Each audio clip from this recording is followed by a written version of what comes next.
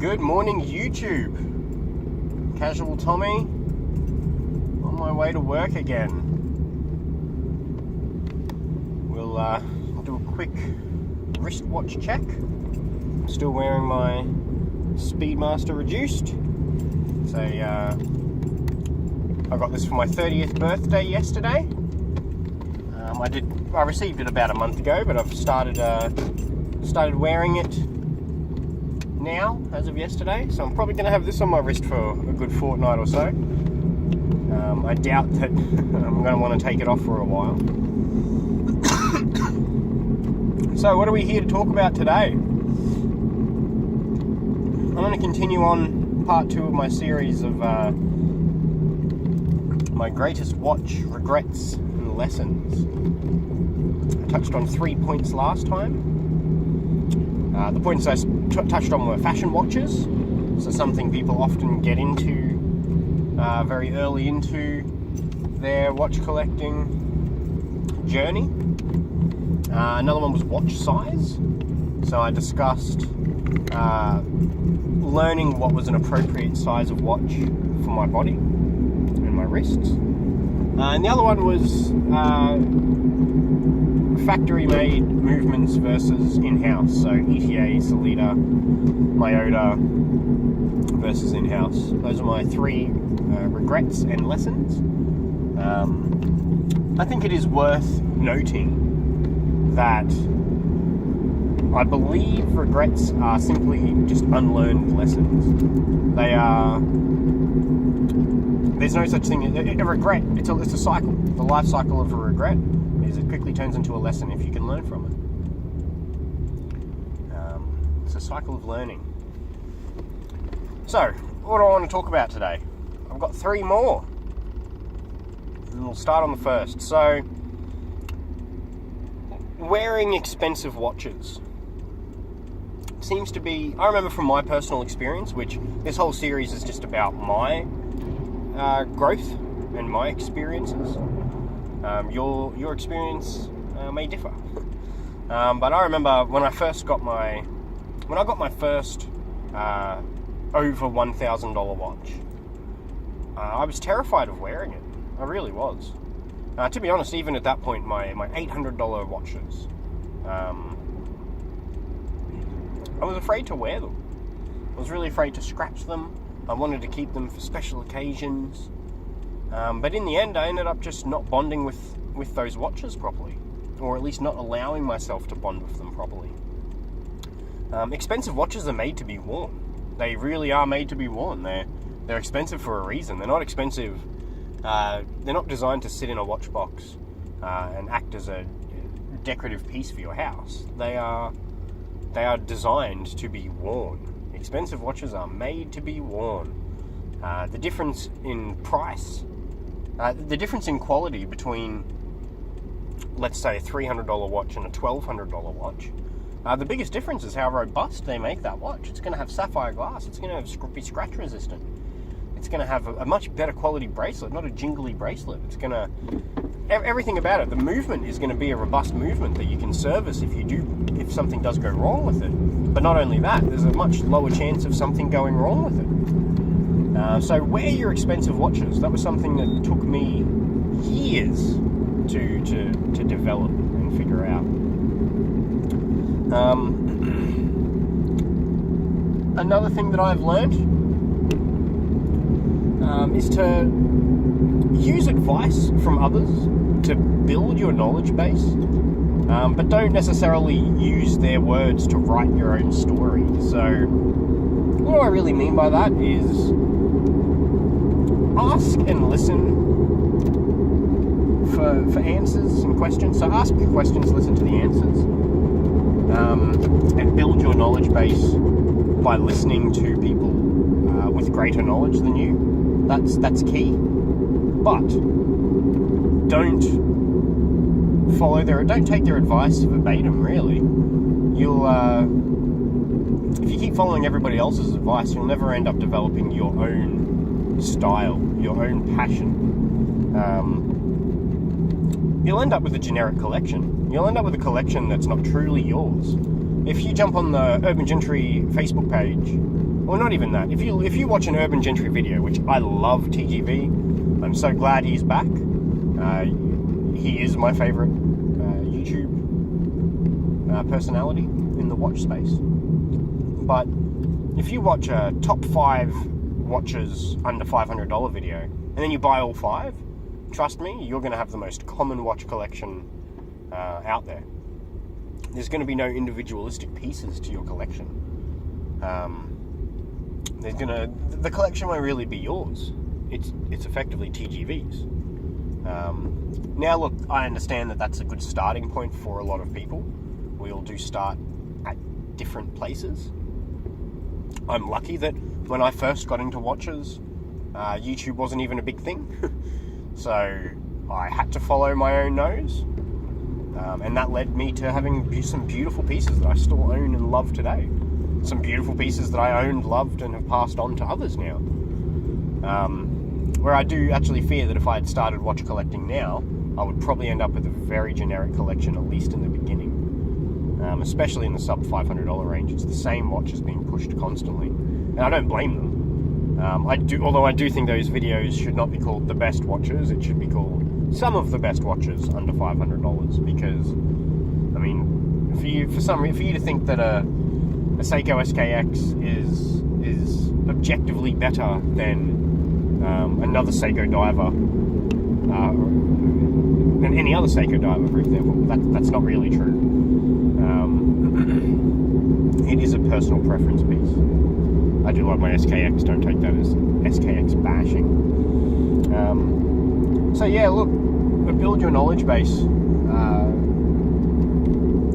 You need to take as many inputs as you can to build your knowledge base, and then use those little bits of knowledge and wisdom to then build on your own story.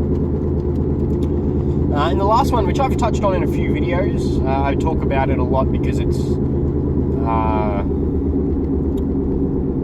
something that I'm still struggling with. So I don't struggle with buying fashion watches. I don't struggle with buying oversized watches or anything like that. I don't struggle with taking other people's advice over my own gut.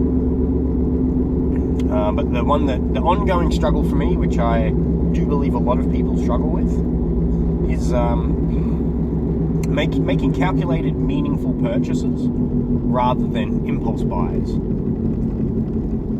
What I mean by that is, this is a great example of a calculated, meaningful purchase. I've wanted this watch for 10 years, maybe 11. 10 or 11 years I've wanted this watch. I'm an astronomer as well, so there's a lot of appeal to this watch for me. I obviously researched this watch. I lusted over this watch. The love affair. This has been a love affair, a secret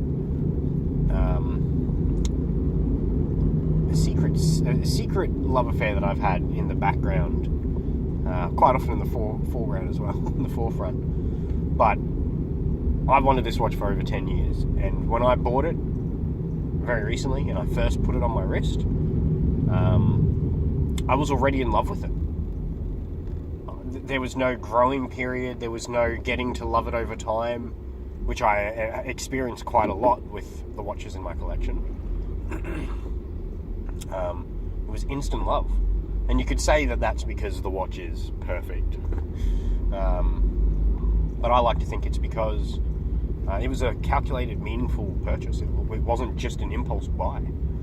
With impulse buys, which, trust me, I'd probably say the first 7 years of my watch collection, of my watch collecting journey, were all impulse buys. They were... there was one that wasn't, but the majority of them were. They were walk through, be in the shops, walk past Wallace Bishop, see a beautiful Seiko in the window, buy the Seiko, buy the Citizen, whatever it was. The problem with that is that you're buying from an emotional place. So maybe it's trying to scratch a certain itch. Maybe you're just in a great mood and you feel like buying a watch. Maybe you're in a bad mood and you feel like buying a watch. But there's a lot of emotions attached to an impulse purchase. There's a lot of in-depth psychological research into that space of the serotonin flush that you get, the dopamine rush that you get when you're buying, when you're spending money, effectively. But the problem is emotions change. So one example I have of this is I had a lovely Citizen. It was one of their, it was a gold dress watch. It wasn't Eco Drive. It was paper thin. It was wafer thin. 40 millimeter. Came on a brown leather. It was a beautiful watch. It really was a nice watch. But I didn't need it. It had no place in my collection. That slot had already been filled by a few. I had too many watches that were similar to that. But I walked past it. It was on special, and I bought it. I had to try to learn to love the watch, and I never did. I ended up giving it away. That was $450 just wasted. Not wasted. It was a lovely gift for somebody, and he has now gone on to buy an SKX, and he is, I wouldn't call him a watch collector, but he definitely has a thing for mechanical watches. But my emotions changed, right? I saw that watch. It scratched an itch that needed tickling at that point. But very quickly after that, those emotions left me or changed, or something else happened, and I no longer needed or wanted that watch. Skipping that lust and the hunt period is such a big mistake, in my opinion. That's my favourite part. That really is. The lust, the emotions associated with discovering and researching, and then falling in love with a watch, and then the adventure of the hunt. I mean, I got this watch for almost $1,000 less than the going retail price, because of the hunt. The hunt is fantastic for me. Well, I'm going to make a video dedicated to the hunt, on how I do it, how people I know do it. Anyway, so I've noticed a lot when you make impulse purchases that you end up with watches that you can't really sell. This is obviously dependent. If you impulse buy a Submariner, then that's okay. But I'd say the majority of impulse purchases that you make would be sub $500 watches. In my experience, that's the case. They're sub $500 watches, which, as you know, means that you can't sell them unless they're an iconic watch under $500. It's pretty hard to move them on, let alone make any kind of real money back. I don't know. I'm left unfulfilled when I impulse purchase a watch, and I know a lot of people are as well. I'm not the first person to mention this. But also, it's worth noting that they delayed you getting what you truly want. So, let's say I want a $4,000 Zinn 903. I think it's the 903, the Breitling,